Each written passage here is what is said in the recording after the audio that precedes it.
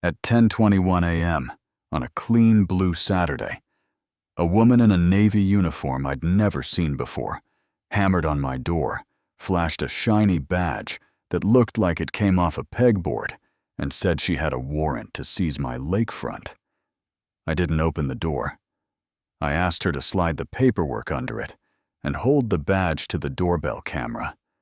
And while she kept insisting and knocking, the sirens rolled up Birchwater Lane like a storm you can feel in your ribs. When the cruisers boxed her SUV and the real deputies read her rights in front of half the neighborhood, people finally saw who'd been writing the rules and who'd been living by them. My name is Jacob Miles, and I moved to 6 acres outside Meadowbrook Shores for one reason that fit on one line of my deed. This parcel lies outside the Meadowbrook Shores. Homeowners Association, no covenants, no committees, just pine and water and quiet. First week in, I was pacing off where a small dock might go when she showed up on my gravel, like she had an appointment. I'd missed cream blazer in North Carolina, heat leather portfolio, tucked tight. Smile that hovered just short of genuine. "I'm Paula Kensington, HOA president," she said. Hand out like she was taking attendance. "We should discuss community standards before you make changes." I kept it warm. But firm showed her the county survey on my phone, red boundary line. "Here, my parcel over there, 200+ yards beyond their reach." She barely glanced, tightened her jaw, and told me surveys can be challenged. Their attorney would send forms, docs, and decks and plantings, require review because they protect property values. I'd heard that tone in other uniforms in other places, the one that turns belief into authority. So I kept my voice level and told her she was welcome to have her attorney call mine. But this was private property, not a technicality. The law. 3 days later, the paper crown landed in my mailbox, big red type across the top: official violation. Section 6.4, unauthorized modifications adjacent to shared water.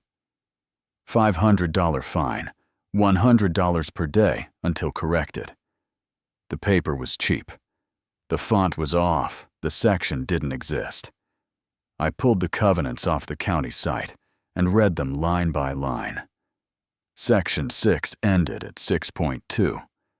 I called my lawyer, Lauren Pike, who sounds like she can win a hearing while baking a pie, and she said what good attorneys say when people like me get polite targeted. Document everything. Photograph, scan, preserve. Envelopes, don't pull anything down yet, and install more cameras. By Friday, I had 14 compact domes tied to cloud backup covering mailbox, gate utilities, driveway, and the slope to the shore. Not because I wanted a war, but because I've learned if a storm is coming, you sandbag before the water finds your door. At 6:11 a.m., the next Monday, my cameras caught Paula in latex gloves, taping 3 yellow notices to my gate, like she was pinning ribbons to a dog. Improper vehicle storage lawn, below standards unapproved exterior modifications. My truck was in the garage. I'd mowed twice out of pure joy. I hadn't changed a thing. I left the slips up for evidence, shot time-stamped photos from 3 angles, and filed a report with Officer Ben Ortiz at Meadowbrook PD. A man with the kind of patient eyes you only get from explaining the obvious to people who don't want to hear it. He asked if I wanted to press trespass. I said, "Not yet. Please make a record." And he nodded.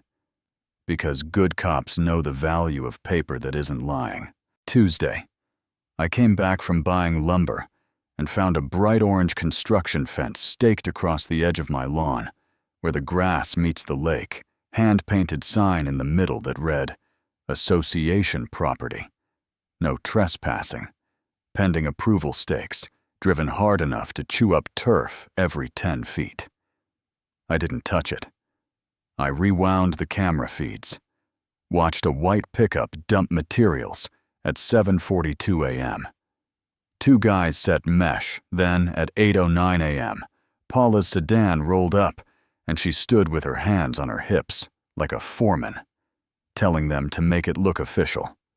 Officer Ortiz walked it with me, clicked his tongue at the sledge marks, and when he asked again if I wanted to press, I said yes, then filmed myself, pulling every stake like a man digging out a splinter he didn't ask for. The next morning, strangers were setting up folding chairs on my shoreline. Bluetooth speaker going kids kicking off shoes. A woman in a sun hat, smiling like she'd found a brochure, come to life. "We're excited about the new community access," she said Paula emailed last night. It would have been easy to be a jerk, but I took a breath, introduced myself, showed them the survey overlay and the deed language, told them they'd been misled, and they packed up with a chorus of "we're sorry," and we didn't know one of them. Forwarding me the email that claimed after negotiations with the property owner, there was limited community access with hours rules and a sign-up calendar. Yeah, that happened. I sent it to Lauren, and she said we were filing for an emergency restraining order and that I should keep gathering because people who double down usually triple. The twist came at 2:13 a.m., 2 nights later when motion alerts pinged and my northern tree line lit up 2 figures moving with the posture of people who think they're invisible. One of them Paula, the other a tall man with shoulders like a gate carrying a measuring wheel and a clipboard like props in a play. The audio on my nearest dome picked up their whispers clean. If we can show the shoreline moved, we can push the boundary. The HOA gains jurisdiction if it's a shared resource. The county won't care about his deed. If we present evidence, the line shifted. Everything in me wanted to step out and say, "Knock it off," instead. I stayed in the dark and let the tape roll because sometimes the best way to fight is to give a person enough space to tie their own knot. I cut 3 copies, uploaded the lot, and by lunch I was on the phone with State Police Lieutenant Dana Mercer. Steady voice surgical questions about time sync and chain of custody, who told me this wasn't petty HOA drama anymore. This was false reports, trespass, conspiracy to manufacture evidence. That evening, Paula staged a protest on the public road by my fence. Maybe 20 people signs that said, "Protect our values and save our lake." And I stood at my window recording not to gloat, but because stories get edited in real time, and I prefer my cuts clean. 2 unmarked sedans slid into the scene. Mercer spoke to Paula the way you talk to someone on a ledge, soft and firm. The crowd drifted off. And for about a day, I thought maybe the message landed. It didn't. Friday at 11:42 p.m. The power went out like someone pulled a plug on the whole house. Then the water and those hidden utility cams in the pines paid for themselves as 2 figures crept along the siding, snapped the lock on the electrical panel with bolt cutters. Through the main, twisted the curb. Stop at the meter, the man whispering, "Are you sure this is smart?" And Paula answering, "He thinks he's clever. There are no cameras this far. We'll be gone in 2 minutes." I sent the clips to Mercer, and she said she was waking up a judge, because that was a violation of the order sabotage and conspiracy send everything. Now do not engage, restore what you can, and stay put. Which leads you back to that Saturday. Knock the costume. The badge that didn't match the county seal, the demand to step outside, and me asking for the warrant, while my call with Mercer stayed open on the counter, sirens sliding over the hill like a promise. The two men with her did a smart thing and went to their knees. The second real law enforcement stepped out. Paula tried to call it a citizen's arrest and said, "I stole community property." Mercer read her rights. A deputy scanned the ankle monitor that showed she was off her permitted route, and the cuffs clicked like punctuation at the end of a sentence that had run on long enough. I didn't grandstand. I didn't step into the yard and make a speech. I stayed on my porch and let the system do what it's supposed to do when you feed it evidence instead of anger. After Mercer told me the vest had a tag still tucked in. The badge was a toy the charges would stack. Impersonating an officer violating a protective order. Trespass, criminal mischief for the utilities conspiracy, the DA would add. False reporting and harassment. I nodded, because there wasn't much left to say. Beyond thank you.